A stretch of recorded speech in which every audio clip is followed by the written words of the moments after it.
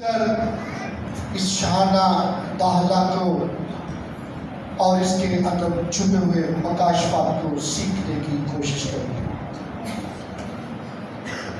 اس سے پہلے کہ ہم آگے بڑھے، پرانا عہد نامہ زکریا کا صحیفہ جو کہ ملاکی سے پہلے آتا ہے،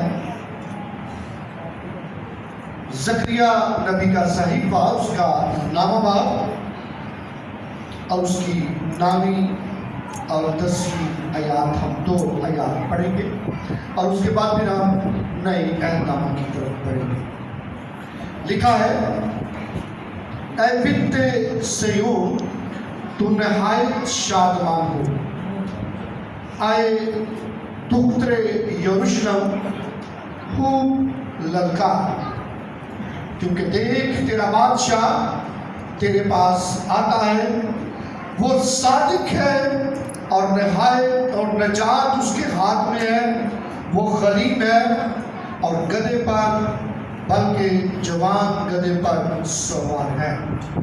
اور میں افرایم سے رکھ اور یروشلم سے گھوڑے کاٹ ڈالوں گا اور جنگی کمان توڑ ڈالی جائے گی، اور وہ قوموں کو صلح کا مژدہ دے گا۔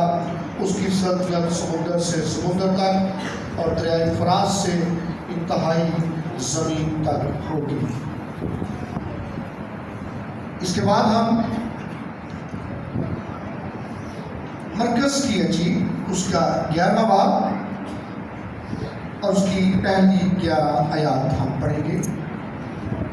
یہاں پر لکھا ہے کہ جب وہ یروشلم کے نزدیک زیتون کے پہاڑ پر بیت فریگا اور بیت انیا کے پاس آئے تو اس نے اپنے شاگردوں میں سے 2 کو بھیجا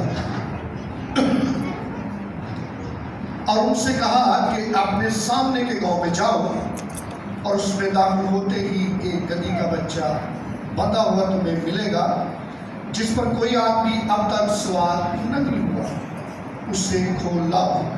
اور اگر کوئی تم سے کہے کہ تم یہ کیوں کرتے ہو تو کہنا کہ خدا کو اس کی ضرورت ہے، وہ پھر اسے یہاں بھیج دے گا۔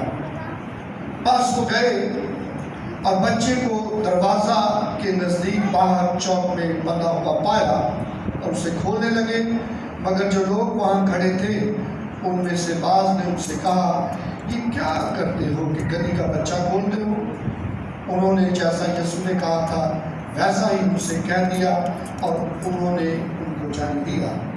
پس وہ گدھی کے بچے کو یسوع کے پاس لائے اور اپنے کپڑے اس پر ڈال دیے، اور وہ اس پر سوار ہو گیا، اور بہت لوگوں نے اپنے کپڑے راہ میں بچھا دیے، اوروں نے کھیتوں میں سے ڈالیاں کاٹ کر پھیلا دی، اور جو اس کے آگے آگے جاتے اور پیچھے پیچھے چلے آتے تھے پکار پکار کر کہتے تھے، ہوشنا، مبارک ہے وہ جو خدا کے نام سے آتا ہے، مبارک ہے ہمارے باپ داؤد کی بادشاہی جو آ رہی ہے، عالم بالا پر ہوشنا۔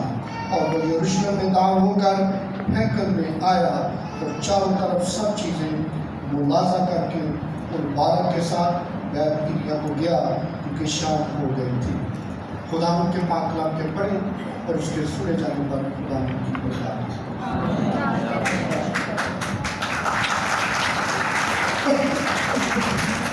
یہ آج آپ نیا کام کر رہے ہیں کہ تلاوت کے بعد بھی تعلیم جا رہے ہیں؟ یوزلی ہم کرتے نہیں ہیں ایسا۔ میرے عزیزوں، ہم اس حوالہ کے اندر 2-3 باتوں کو سیکھنے والے ہیں، زیادہ باتوں کو نہیں، 2-3 کو ہی سیکھ لیں تو اس سے ہم برکت پائیں گے۔ ہم کھجوروں کی ڈالیاں، گدھی کا بچہ اور کپڑے بچھانا اور خدا کی یسوع مسیح کا شاہانہ داخلہ، ان کے بارے میں سیکھیں گے۔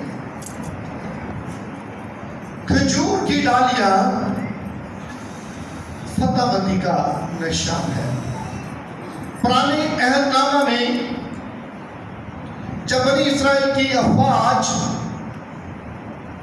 فتح کے ساتھ دوبارہ اپنے شہر کو لوٹتی تو ان کے ہاتھ میں کھجور کی ڈالیاں ہوتی اور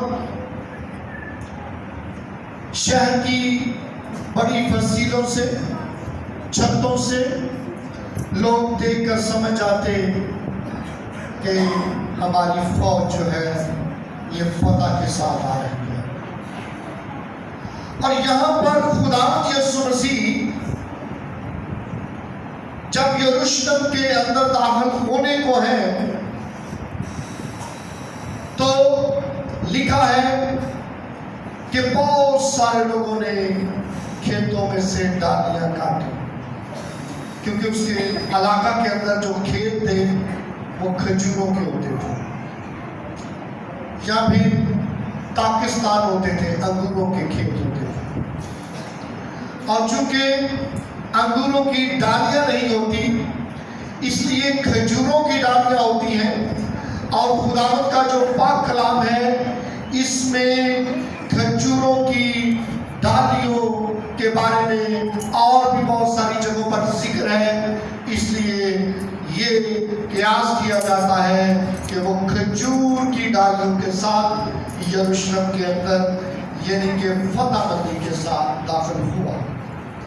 یہ بھی آسان کام نہیں تھا. اس لیے آسان کام نہیں تھا کہ جو یروشلم کے اندر محل ہے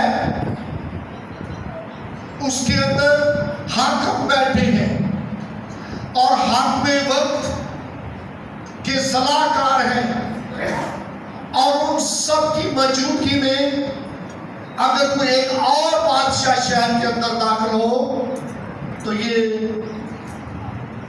کوئی بات اتنی آسان نہیں. لیکن لوگ یہ سمجھتے تھے کہ یہ داؤد کی نسل